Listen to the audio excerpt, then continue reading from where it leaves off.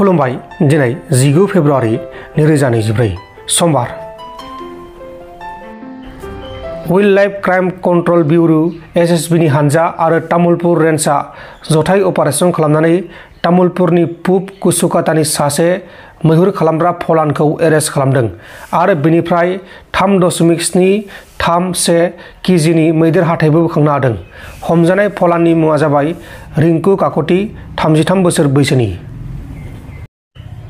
बलिउडनि actor Aamir खानजों दंगल सावथुनाव बबिता पगाटनि रल खालामनाय उन्दै हिनजावसा गथ' एक्ट्रेसआ उन्दै बैसोआवनो थैबाय।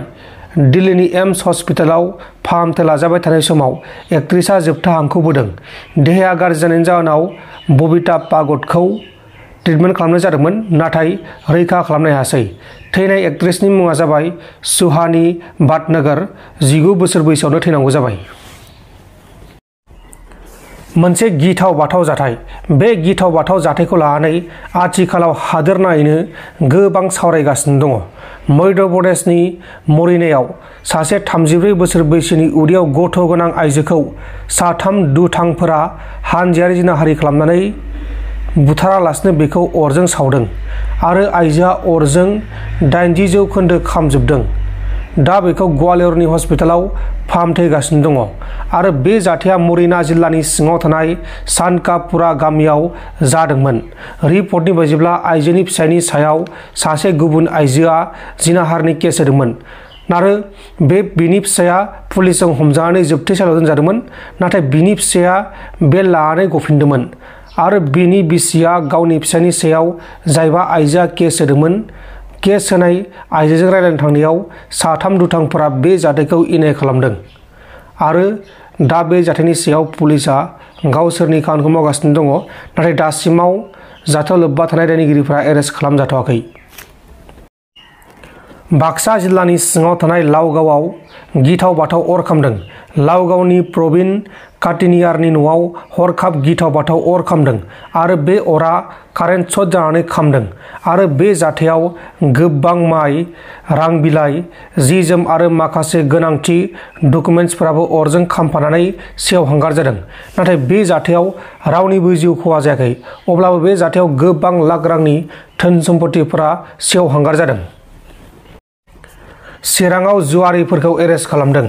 चिरां डिस्ट्रिक्टनि सिङाव थानाय बिजनी ओनसोलाव पुलिसआ अपारेशन खालामनानै आयेननि बेरेखा 8 जुवा गेलेग्राफोरखौ एरेस्ट खालामदों।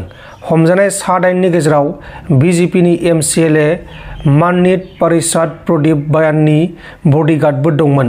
हमजानायफोरनि मुङा जाबाय प्रणब शइकिया, बे जाबाय एमसिएलएनि बडीगार्ड, दिगन्त गवाला, बिश्वजित दास 37 बोसोर बैसोनि, बिश्वजित दास 30 बोसोर बैसोनि, आरोबाव सासे बिश्वजित दास बेबो 30 बोसोर बैसोनि, नीलकमल रय, राज हालय आरो पुनय रय।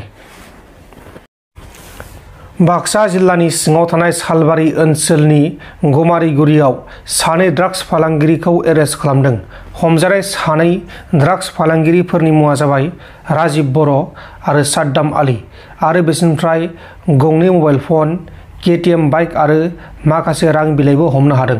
दा बिसोरखौ एरेस्ट खालामनानै आयेननि बायदि साजा होनाय जासिगोन।